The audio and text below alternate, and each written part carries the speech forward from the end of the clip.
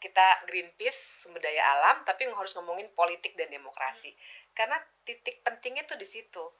Yang akan menghasilkan kebijakan, yang akan berpengaruh buat lingkungan, itu adalah orang-orang yang punya kekuasaan itu. Nah sekarang orang-orang yang punya kekuasaan itu sekarang tuh lagi tanpa kontrol. Mungkin pemerintahan yang sekarang sendiri udah lupa nawacita tuh masih ada gitu ya. Udah kayak ideologi gitu ya, hilirisasi itu. Jadi udah lebih dari nawacita itu. Dulu saya tuh risetnya pas zaman Soeharto, sekarang menurut saya ini lebih parah. Ini saya based on research ya, jadi bukan tuduhan-tuduhan kosong. Memang ada risetnya yang sedang saya lakukan dan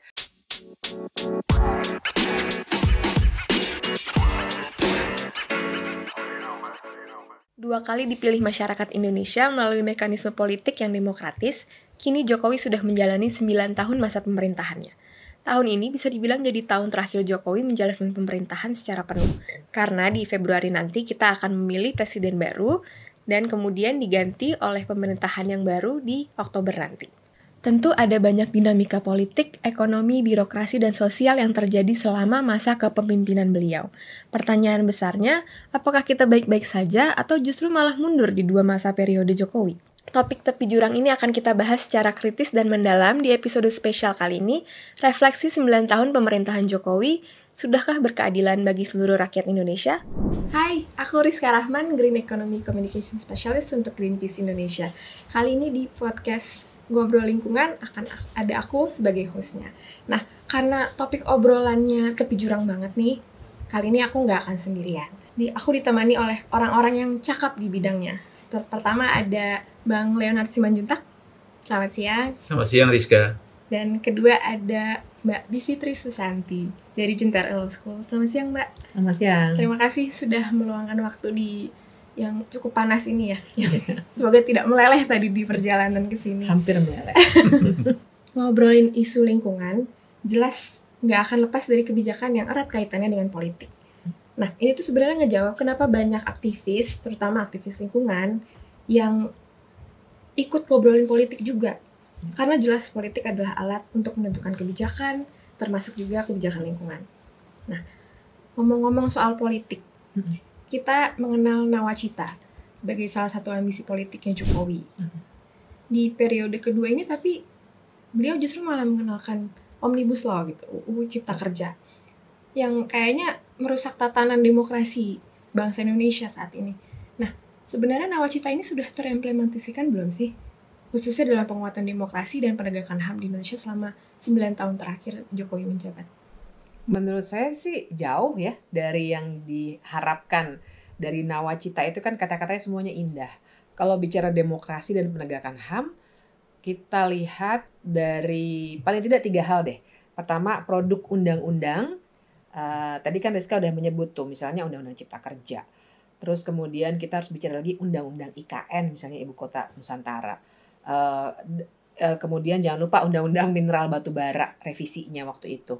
Nah itu semuanya satu, dia dibuatnya, kalau kita bicara demokrasi kan prosesnya berarti ya, dia dibuatnya dengan terburu-buru sekali, tertutup dan juga tidak partisipatif misalnya itu. Tapi bahkan dari segi kontennya pun, materi muatannya itu juga sangat merusak tuh Undang-Undang Cipta Kerja. Kalau dibicarakan bisa mungkin kita butuh 10 podcast tuh karena 1187 halaman undang-undang mengubah 78 undang-undang lainnya. Banyak sekali. Nah, itu satu tuh dari undang-undang. Yang kedua, dari aspek kebijakannya juga luar biasa banyak. Misalnya kebijakan-kebijakan yang termaktub dalam PSN, Proyek Strategis Nasional. Nah, itu yang dilanggar bukan hanya proses demokrasinya, tapi juga hak asasi manusia. Ketika proyek-proyek strategis nasional itu diterapkan, karena PSN itu mendapatkan keistimewaan mulai dari izin sampai mendapatkan lahannya itu orang tinggal digusur aja, bahkan dengan kekerasan. Nah, kemudian yang ketiga juga saya ingin menyoroti dari aspek pengawasan terhadap penguasa itu luar biasa minim sekarang. DPR coba ada kasus Rempang, ada kasus Wadas, dan lain sebagainya. Apa pernah ngomong sepatah kata pun soal itu? Padahal kan DPR itu salah satu fungsinya fungsi pengawasan. DPR itu satu. Tapi masyarakat sipil ketika juga mau mengkritik, lihat Fathia dan Haris. dibawa ke pengadilan ketika mengkritik apa yang terjadi di Papua. Dan masih banyak lagi, belum lagi yang di luar Jakarta yang jarang terdeteksi oleh media nasional dan yang mengalami kekerasan juga di Banyuwangi, di Pakel dan lain sebagainya. Jadi di 3 dimensi itu saja ya kalau bicara demokrasi yang dicita-citakan indah sekali di Nawacita, menurut saya sih itu benar-benar jauh sekali, 180 derajat tuh bedanya.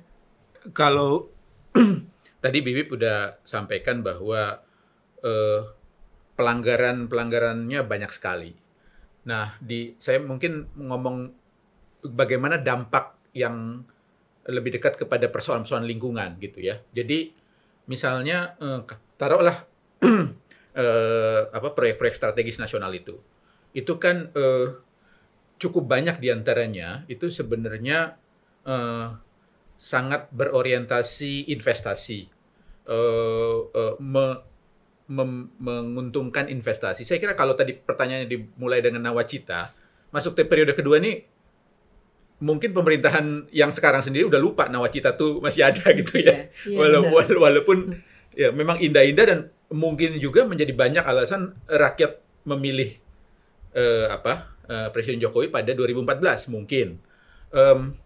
Tapi kalau misalnya kita masuk ke atau kita lihat wilayah-wilayah taruhlah soal hilirisasi yang sekarang udah kayak ideologi gitu ya, hilirisasi itu. Jadi udah lebih dari Nawacita itu. Kita lihat tuh Konawe Utara, Konawe Selatan, Konawe, Morowali, Halmahera, Pulau Obi, itu tingkat kerusakan lingkungannya naik semuanya. Jadi kan dikasih karpet merah semua ya, semua smelter itu.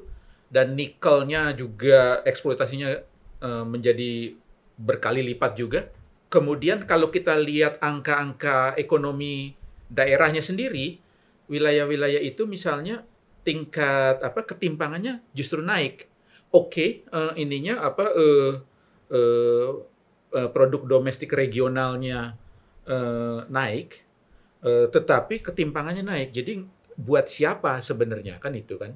Bisa dibilang Nawacita itu sekarang cuma menjadi jargon, sekedar jargon dan sudah dilupakan sama Jokowi dan anggota pemerintahannya semua gitu ya. Jadi sekarang malah jargon yang diagung-agungkan sekarang malah justru hilirisasi, bukan lagi Nawacita.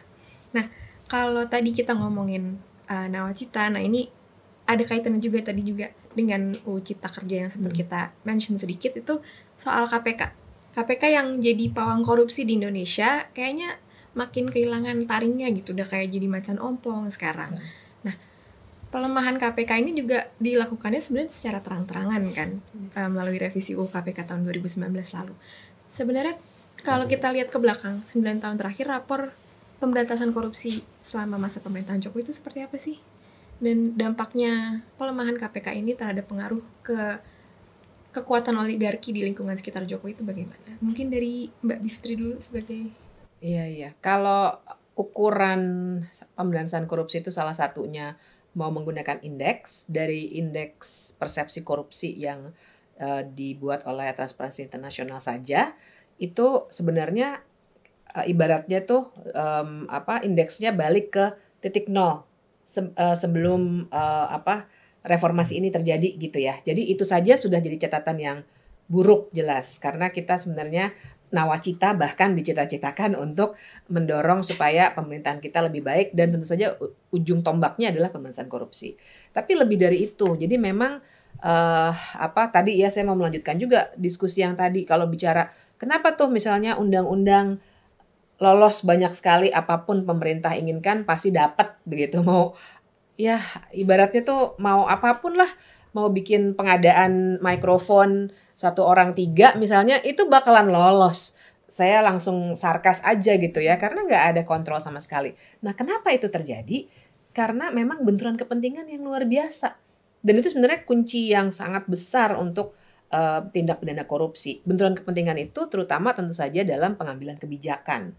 Dan misalnya jadi datanya sudah cukup banyak yang dikemukakan soal bagaimana pengusaha dan penguasa itu berkelindan di satu orang gitu ya, dan ini banyak begitu di DPR maupun di pemerintahan. Tapi lebih dari itu kita juga punya kartel politik karena partai-partai politik kita itu tidak demokratis sebagai partai politik secara internal.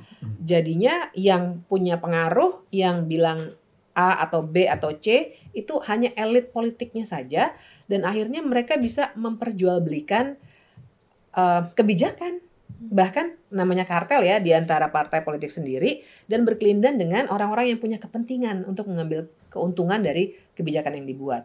Nah, fenomena itu yang terjadi, dan dampaknya kita bisa langsung lihat tuh kebijakan yang sangat perlu dipertanyakan, mulai dari proyek strategis nasional yang tadi kita bahas, tapi bahkan juga sesederhana misalnya kebijakan pengadaan rice cooker. Saya lagi kesal dengan isu ini karena menurut saya itu kebijakan yang unfaedah lah, pokoknya udah nggak ngerti saya kenapa itu harus ada. Hal-hal seperti itu kan kita mesti lacak tuh, sebenarnya yang mengambil keuntungan siapa sih? Karena nggak masuk akal buat saya ya, orang dibagikan rice cooker, beli beras aja susah, dan belum tentu juga mereka makan nasi misalnya. Nah, tapi tapi kan kebijakan seperti itu bisa keluar, kebijakan minyak goreng dan lain sebagainya. Nah, ini semua kalau kita lacak aktornya, sebagian sudah terungkap di penegak hukum juga, ternyata ada orang-orang yang mengambil keuntungan karena benturan kepentingan itu. Jadi jelas sekarang ini benturan kepentingannya makin banyak, kontrolnya sangat lemah. Di satu sisi pemberantasan korupsi, ya betul sekali kata Rizka tadi, KPK-nya sekarang sudah juga masuk angin. Kalau saya sih udah bilang ini mati sebenarnya KPK-nya. KPK seperti yang dulu kita kenal. Dan itu akibatnya adalah semakin minimnya pemberantasan korupsi yang terkait dengan industri ekstraktif. Karena dulu itu kan KPK bahkan ada kajian tersendiri tuh. GNPSDA, Iya, untuk sumber daya alam. Ya. Itu bagus sebenarnya, tapi kan berhenti ya. Setahu saya itu juga nggak lanjut lah. Sejak edisi pimpinan yang ini udah langsung mati itu. Nggak ada perhatian sama sekali dengan soal itu. Padahal justru segala macam perusakan sumber daya alam itu jalan masuknya adalah benturan kepentingan dan tindak pidana korupsi. Nah, itu yang KPK menurut saya memang tidak diarahkan ke situ. Kan wacananya waktu itu fokus di pencegahan saja. Begitu, padahal ya banyak sekali hal ya pencegahan kemudian dimaknainya paling kasih training gitu-gitu kan ya, bukan juga seperti yang kita bayangkan. Tapi bahkan muncul wacana bubarkan saja KPK misalnya begitu. Padahal justru kita butuh KPK seperti yang dulu, yang efektif memberantas korupsi. Dan ini semua akan ada kaitannya dengan kebijakan yang ngaco, dengan perusahaan sumber daya alam. Nah, kita masuk lagi ada kaitannya dengan tadi orang-orang yang berserbangan dengan pemerintah gitu ya. Salah satunya mungkin Haris dan Fathia kemarin. Dalam praktik demokrasi ini sebenarnya kan pemerintah sering berhadapan dengan orang-orang yang tidak sejalan dengan mereka, dengan cita-cita dan proyek-proyek pemerintah. Ada pejuang lingkungan, aktivis, terus yang kemarin itu Haris dan Fathia. Jokowi sendiri sebenarnya dikenalnya dengan sosok yang humanis, tapi dalam praktik bernegaranya tuh seperti jargon aja gitu. Nggak kelihatan lah buktinya gimana. Nah, sebenarnya gimana sih pemerintah tuh sebenarnya harus bertindak dengan orang-orang yang berseberangan ini? Mungkin dari Mbak Bibip atau Bang Leo dulu? Saya dulu deh, boleh deh. Karena saya pengen mengaitkan sobat lingkungan nih, soalnya nih penting banget. Kenapa kita Greenpeace sumber daya alam, tapi harus ngomongin politik dan demokrasi. Karena titik pentingnya tuh di situ. Yang akan menghasilkan kebijakan, yang akan berpengaruh buat lingkungan, saya tiap lingkungan ngadepnya langsung ke Leo, itu adalah orang-orang yang punya kekuasaan itu. Nah, sekarang orang-orang yang punya kekuasaan itu sekarang tuh lagi tanpa kontrol. Jadi bayangkan bahwa, saya kesini dulu nggak apa-apa ya, nanti akan menjawab pertanyaannya Rizka deh. Karena kan sekarang gini, kalau dalam sebuah demokrasi yang sehat, yang benar, yang substantif, kan harusnya pertama kita tuh ke wakil kita, harusnya punya cara untuk berkomunikasi kan. Ya kita yang diwakili kan, logika dasar demokrasi kan gitu. Ini demokrasi perwakilan, kita harusnya bisa ngomong, hai para wakilku, jangan setuju ya Undang-Undang Cipta Kerja, misalnya begitu. Tapi kan saluran ini nggak ada. Karena partai politik juga semuanya tidak berfungsi sebagaimana seharusnya gitu. Nah, Seperti terus dalam bubble aja gitu. iya, jadi mereka hanya ya karel politik tadi ya. Nah, kemudian oke, kita pakai cara kedua. Kita pakai ini deh, channel-channel partisipasi. Misalnya kita minta rapat dengar pendapat umum dengan DPR mengenai Undang-Undang Cipta Kerja misalnya. Tapi itu kan juga ditutup. Bahkan kalau kita mungkin didengar tapi nggak dipertimbangkan dan kita nggak dapat jawaban apakah kan sebenarnya partisipasi bermakna di situ ya, ada hak untuk didengar, hak untuk dipertimbangkan pendapatnya, dan yang ketiga hak untuk mendapat penjelasan atas apa yang sudah kita sampaikan. Kalau misalnya nggak diterima, baiklah, tapi apa alasannya? Itu juga macet, nggak ada. Akhirnya kita harus pakai cara yang ketiga, yaitu protes di luar, bisa melalui kampanye, bisa melalui podcast, atau bisa juga demonstrasi. Nah, semuanya itu kan sebenarnya bagian dari demokrasi. Nah, cuma yang ketiga ini justru sekarang juga lagi ditutup, dikecilkan ruangnya. Dan itu yang menyebabkan orang-orang yang kritis seperti Fathia dan Haris akhirnya dibawa ke ruang pengadilan. Tapi cara-cara untuk mengecilkan ruang demokrasi, orang yang mengkritik pemerintah, itu sebenarnya nggak cuma cara hukum loh. Cara hukum tuh baru satu. Belum lagi kekerasan fisik. Yang mungkin kita di kota-kota besar seperti Jakarta tidak merasakan. Tapi ya ampun, kalau konflik tanah, terus jangan lupa kasus Rempang aja, kasus banyak sekali yang kena gas air mata dan lain sebagainya. Ada lagi yang meninggal dan seterusnya. Jadi kekerasan fisik itu nyata sekali. Itu kan tujuannya membungkam juga orang-orang yang tidak setuju dengan programnya pemerintah. Terus yang ketiga juga ada tekanan melalui digital. Jadi doxing ya, menyebarluaskan data pribadi kita. Terus juga tekanan-tekanan peretasan misalnya dan seterusnya. Belum lagi untuk lembaga-lembaga yang keempat nih, saya bilangnya secara administratif. Karena lumayan banyak sebenarnya ya yang bisa diolah oleh pemerintah yang ingin menekan kita dengan menggunakan misalnya undang-undang organisasi kemasyarakatan. Harus daftar, harus ini, harus itu. Pasti Leo sangat paham itu ya. Dan juga untuk mendapatkan dana-dana yang diributkan lah ya. Sampai Pak Luhut bilang mau mengaudit semua LSM yang mendapat dana asing misalnya begitu. Itu kan sebenarnya model ancaman juga untuk memperkecil ruang untuk kita berpendapat. Kalau pertanyaannya adalah, jadi harusnya gimana? Ya harusnya justru pemerintah berterima kasih pada orang-orang yang berisik dalam tanda kutip itu. Karena mereka sebenarnya kan sedang menjalankan fungsi oposisi yang dibutuhkan dalam demokrasi.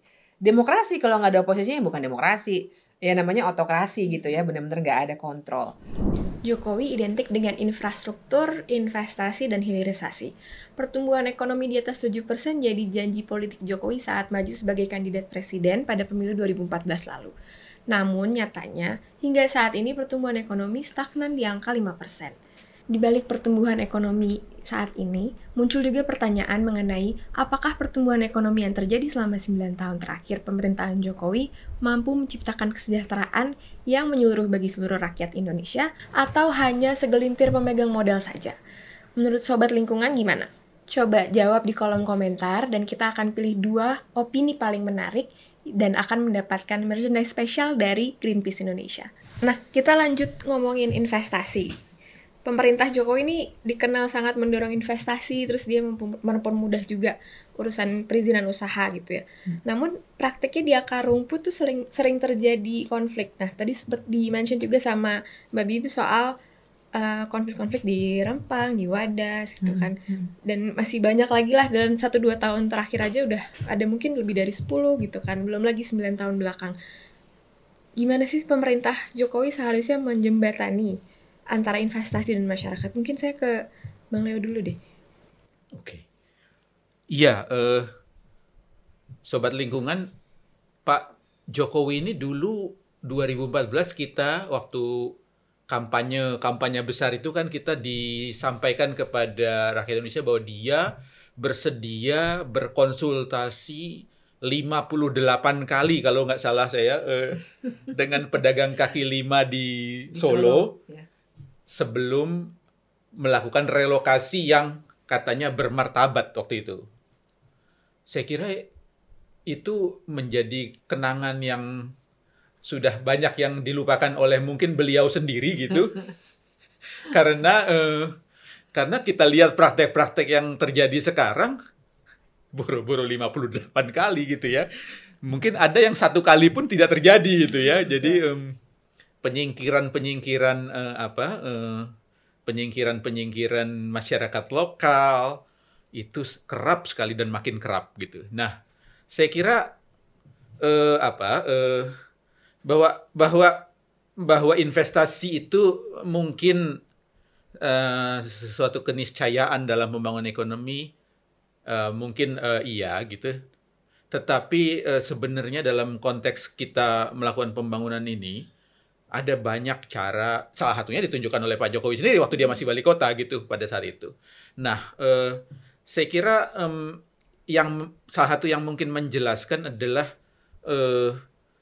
pemihakan ya. Pemihakan yang tadi sudah disebutkan bahwa pemihakannya itu makin ke sini, itu makin kepada kaum pemodal besar gitu. Nah, itu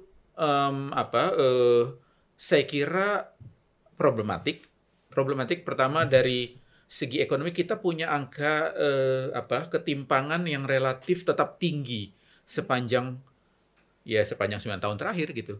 Nggak ada terobosan yang signifikan, misalnya dalam koefisien Gini kita tetap tinggi, dan itu dengan jelas menyatakan bahwa ketimpangan itu makin kuat. 1% terkaya makin menguasai ekonomi Indonesia. Saya kira hitungannya mungkin lebih dari 50% ekonomi Indonesia itu 1% yang terkaya gitu ya. Dan sepertinya juga Presiden merasa bahwa 1% terkaya ini juga harus diakomodasi sedemikian rupa karena skenario-skenario pembangunan yang misalnya berbasis infrastruktur, misalnya hilirisasi itu di plus investasi asing, itu juga artinya pemerintah ini percaya bahwa itu harus ditumpukan kepada mereka gitu. Kerangka misalnya Human Rights International, International Human Rights juga kan ada prinsip seperti misalnya Free and Prior Informed Consent, FPIC, di mana bila ada investasi datang ke satu daerah atau industri datang ke satu daerah, perlu ada konsultasi yang meaningful, yang berarti harus ada proses deliberasi yang cukup, dan ya itu 58 kali itu yang di Solo itu gitu udah dilakukan dengan benar itu yang harus direplikasi di seluruh republik gitu.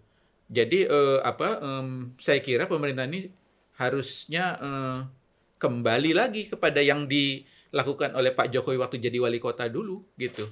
Menghormati martabat masyarakat lokal, masyarakat kecil, dan kemudian menempatkan mereka pada posisi yang sejajar dengan investor-investor yang juga yang memang mereka undang gitu.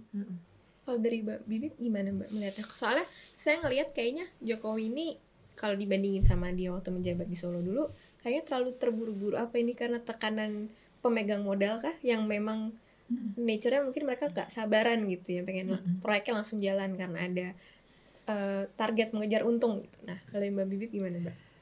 Saya kira kalau kita tuduhannya selalu kepada investor, jangan-jangan kita bisa salah sasaran.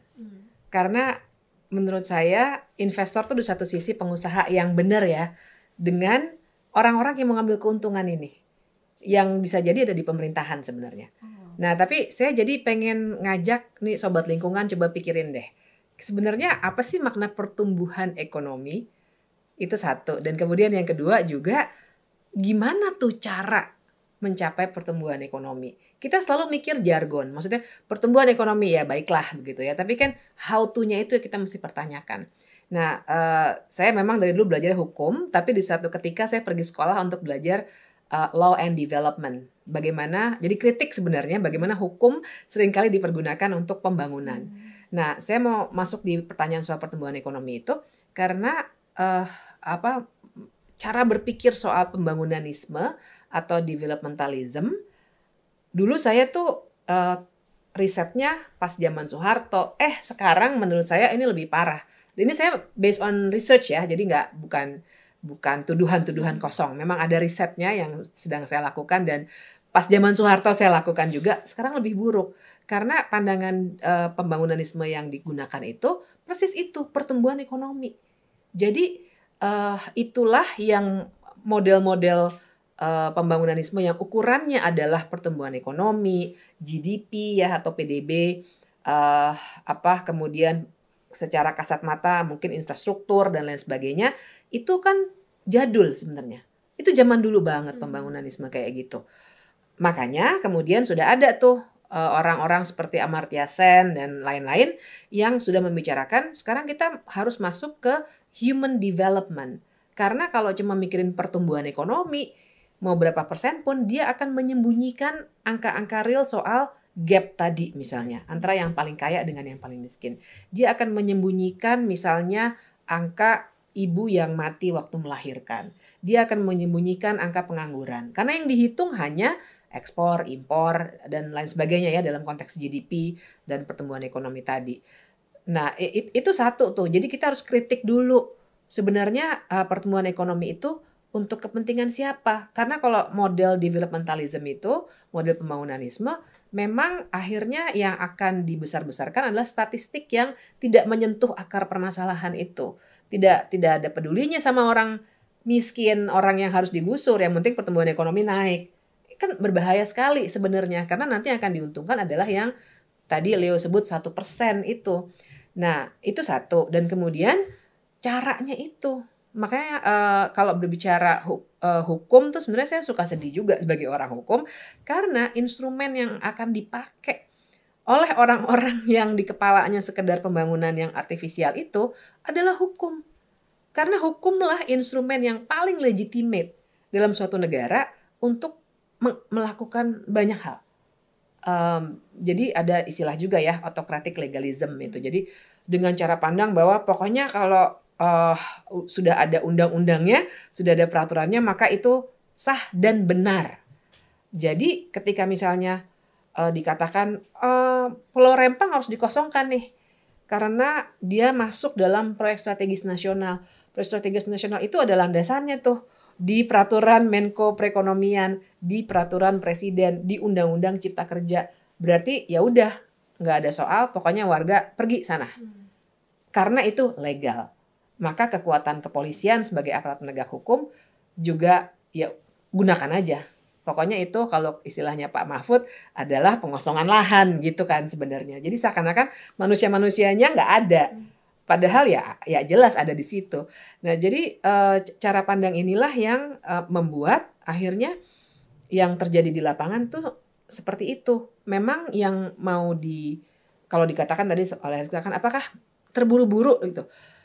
Ya keterburu-buruan itu pasti ada karena janji pada investor. Misalnya dalam studi kasus Pulau Rempang ya, itu kan memang dijanjikan kepada dalam MOU-nya, kalau kita lacak saja berita media massa nih, nggak usah pakai informasi orang dalam ya. Itu penandatanganan MOU sudah menjanjikan bahwa pulau itu akan kosong pada tanggal segini.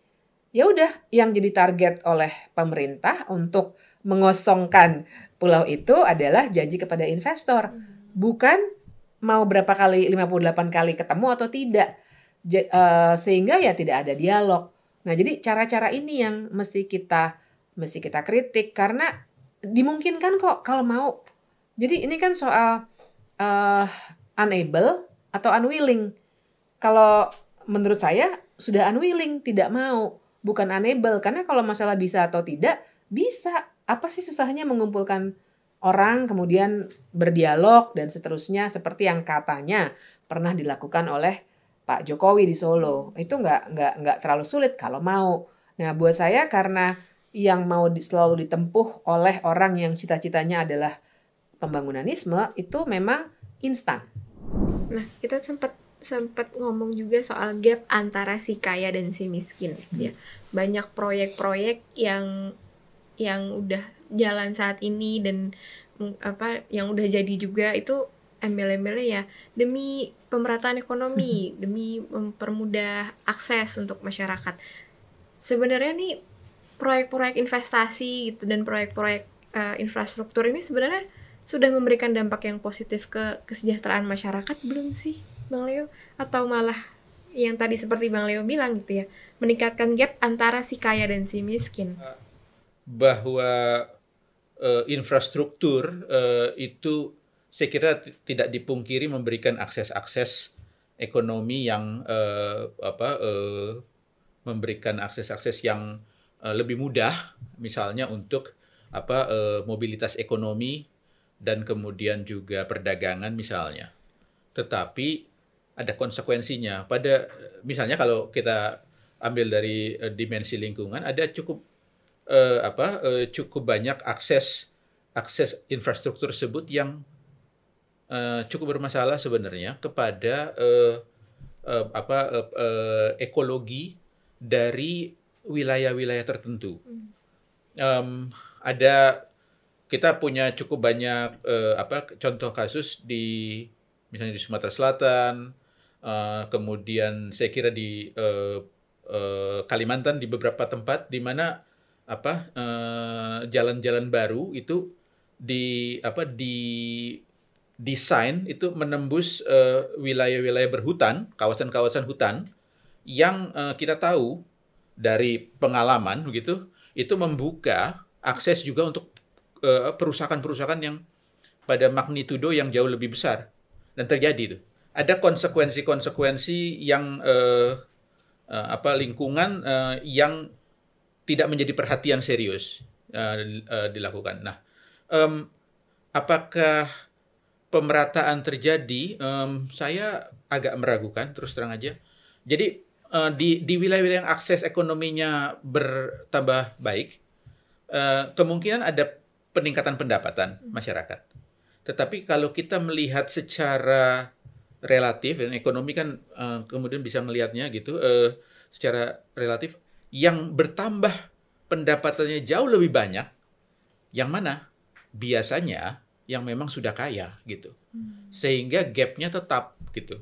Ekonomi besar di berbagai wilayah, itu sebenarnya terjadi penguatan yang signifikan, dan biasanya memang ini mereka tumpuannya adalah sumber daya alam, khususnya dua ini yang utama. Yang kalau sejak awal pemerintahan Pak Jokowi yang pertama adalah batu bara sama sawit. Jadi ini variannya macam-macam, dari yang besar sekali sampai yang sedang-sedang banyak sekali ini, yang kemudian pada masanya penumpukan kekayaannya itu masif sekali gitu. Dan hampir nggak ada kepedulian sama ekosistem, sama kerusakan ekologis yang dilakukan. Dan terakhir ini yang gelombang berikutnya adalah nikel. Nikel ini juga bermasalah. Dia akan hampir mulai mendekati fenomena batu bara yang sejak awal 2000-an itu. Jadi apakah terjadi penciptaan lapangan kerja? Saya kira untuk sampai batas-batas tertentu terjadi. Tetapi apakah kemudian terjadi pemerataan? Kalau kita misalnya perbandingkan misalnya wilayah-wilayah yang tadinya masyarakat adat ataupun masyarakat lokal bisa lebih sejahtera dari hidup dari hutannya, hidup dari ekologinya yang kemudian rusak, kemudian kita bicara misalnya kepada eksternalitas yang dikorbankan gitu, layanan-layanan ekologis yang dikorbankan, yang sebenarnya kalau dihitung lagi kita mengalami kerugian, masyarakat juga mengalami kerugian besar. Jadi untungnya di jangka pendek, tapi untuk jangka panjang sebenarnya kita lebih rugi ya, ruginya menurut lebih besar. Saya begitu, menurut saya. Nah, kalau ngelihat ambisi pemerintahan Jokowi ini, selain pertumbuhan ekonomi ada yang masih sangat fresh, ibu kota negara, IKN. Nah, banyak yang kritik selalu IKN ini yang dianggapnya nggak sesuai dengan tata cara perumusan, pembahasan, dan juga penetapan UU gitu. Ini artinya apakah penetapan UU IKN ini dianggap melanggar UUD 1945, dan kemungkinan dari UU IKN ini apa saja sih hak-hak yang mungkin dilanggar dalam proses penetapannya? Iya, kalau soal prosesnya itu biasanya sangat bisa diperdebatkan. Karena biasanya tuh Mahkamah Konstitusi melihatnya akan sangat-sangat formal. Kita dengan situasi seperti sekarang ya, Mahkamah Konstitusinya juga sudah banyak dipolitisasi. Tapi misalnya Undang-Undang Cipta Kerja aja, saya kesana dulu ya, karena itu yang menurut saya paling rusak prosesnya. Itu pun baru saja Mahkamah Konstitusi bilang konstitusional. Kenapa paling rusak prosesnya? Orang Mahkamah Konstitusi sendiri yang nyuruh bikin undang-undang baru, ini malah bikin perpu.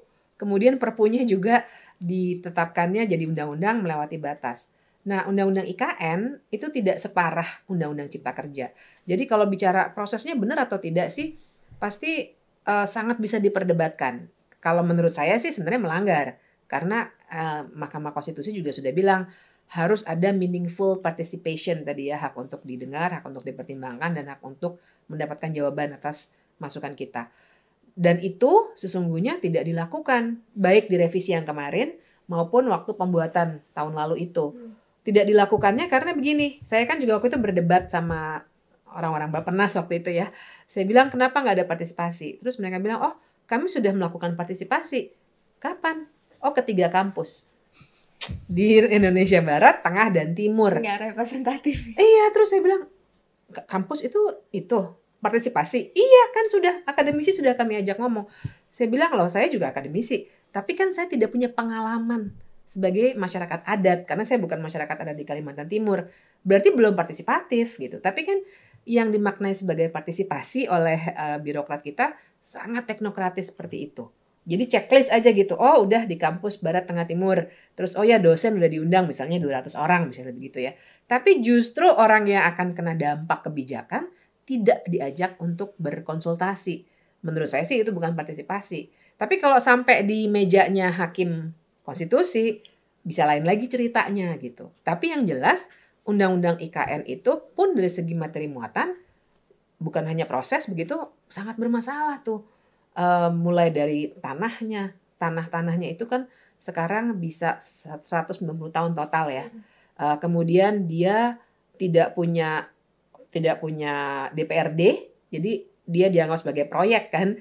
Makanya itu ketua otorita IKN ditunjuk oleh presiden. Dia nggak punya DPRD. Padahal harusnya ya DPRD itu kan bukan cuma status ya, bukan cuma lembaga, tapi fasilitas kontrol dalam demokrasi. Mereka nggak punya. Padahal si kepala otorita itu wewenangnya kalau lihat di revisi sampai bisa bikin perjanjian internasional, maksudnya investasi internasional ya konteksnya. Dikit lagi jadi presiden iya. Terus ya. Siapa yang kontrol? Kalau misalnya, oh ada kok DPR RI. Iya lihat aja orang dibunuh. Di Serayan aja tidak ada yang ngomong apa-apa orang DPR. Kita mau bicara apa gitu. Jadi menurut saya inkonstitusionalnya tuh salah satunya di situ. Sebuah pemerintahan yang tidak ada kontrol dan benar-benar menganggap tidak ada masyarakat adat di situ. Apalagi kita di konstitusi kan pasal 18B jelas sebenarnya ya masyarakat adat itu diakui. Tapi benar-benar dianggap itu lahan kosong aja, terus pohon-pohonnya lingkungannya bisa dirusak, terus bikin ibu kota baru. Kalau pakai kacamata pertumbuhan, pembangunan, ya itu seakan-akan baik-baik saja. Tapi ya sekali lagi kita kan harus lihat kalau namanya pembangunan itu ada dampak ekonominya, ada dampak kemanusiaannya, ada dampak lingkungannya. Nah yang kemanusiaan dan lingkungan itu dipinggirkan begitu saja karena yang dikejar cuma yang ekonomi. Nah ini yang jadi masalah. Dan IKN itu sebenarnya salah satu contoh konkret dari banyak contoh lainnya yang bisa menunjukkan fenomena itu di pemerintahan yang sekarang. Saya cuma membandingkan carbon tax sama bursa karbon. Perlakuannya beda banget. Bursa karbon ini dalam waktu yang tidak terlalu lama resmi. Udah berjalan nih sekarang. Carbon tax di-delay terus. Carbon tax, pajak karbon itu di berbagai tadi saya sebutkan di berbagai belahan bumi efektif sebagai ini faktor pencegah. Bursa karbon ini buat Greenpeace itu memang problematik karena gini, situ